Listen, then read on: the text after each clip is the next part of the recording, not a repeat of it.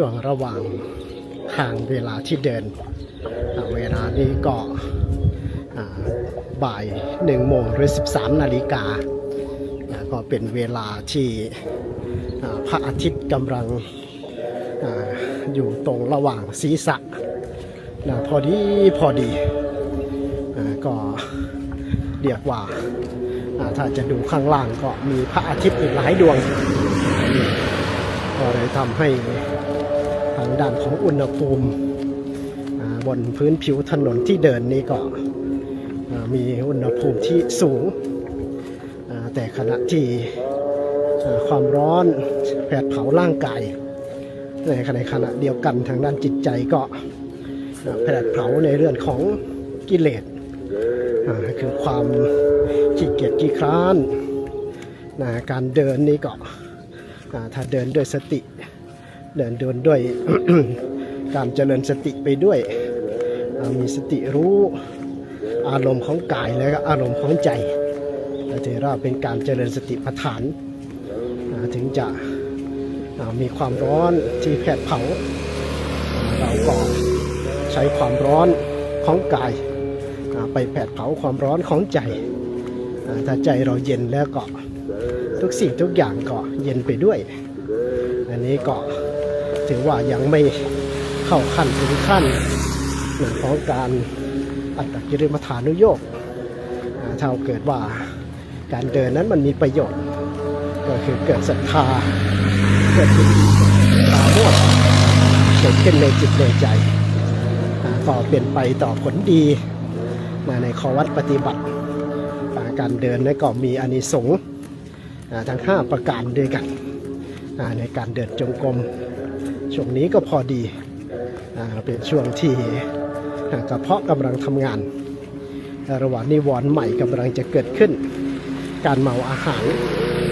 กำลังมีแต่ในขณะที่การเมาอาหารนั้นเราก็เผาผลาญด้วยการเดินนี่ก็ใช้ระยะเวลาการเดินระยะทางวันนี้ก็ประมาณเกือบ10 กิโลด้วยกันก็ถือว่าเป็นระยะทางที่พอดีไม่ไกลแล้วก็ไม่ใกล้จนเกินไปการเดินก็ต้องเจริญสติทุกอย่างก้าวเพราะว่ามีทั้งขวดทั้งแก้วอาจารย์ที่ท่านอยู่ข้างหน้าท่านก็เป็นฝ่ายบริการ เป็นพนักงานเทศบาลไปด้วยเก็บขวดเก็บเศษแก้วออกให้ทางด้านของผู้ที่เดินตาม โอ้เป็นภาระของพระมหาเถระผู้เดินหน้า ผู้เดินตามหลังก็เลยมีสติน้อยลงแต่อย่างไรก็ตามก็ต้องระมัดระวังเศษแก้วเศษขวดเศษหินไปในตัวอันที่จริงแล้วเนี่ยท่านก็ไม่ได้มีกฎว่าไม่ให้ใส่รองเท้าเหตุที่ท่านทรงอนุญาต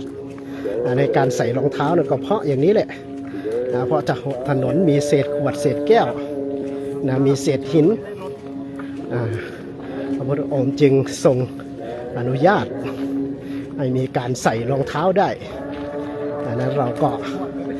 เดินทั้งมีที่ใส่และก็ไม่ใส่ที่ไม่ใส่ก็เพื่อเป็นการฝึกตนฝึกความอดทนแล้วก็เป็นการที่จะดูอารมณ์เพิ่มสติในการเดินไปในตัวแล้วก็ทางด้านของชาวไร่ชาวนาที่เขาทำไร่ไถนาตากแดดที่ก่อนจะได้ข้าวแต่ผักแต่ละเส้นข้าวแต่ละเม็ดผักแต่ละเส้นมาให้สมณะเราฉันกันก็จะได้ลึกนึกถึงคุณอันนั้นด้วยอันนี้ก็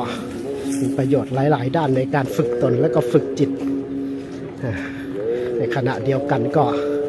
ถือว่าเป็นธรรมยตราเดินเพื่อการเผยแผ่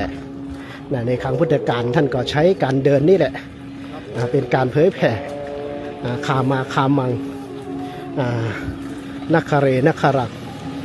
จากบ้านสู่บ้านจากเมืองสู่เมืองสู่จากนครสู่นครเราก็ใช้หลักการพระพุทธเจ้าใช้ยุทธวิธี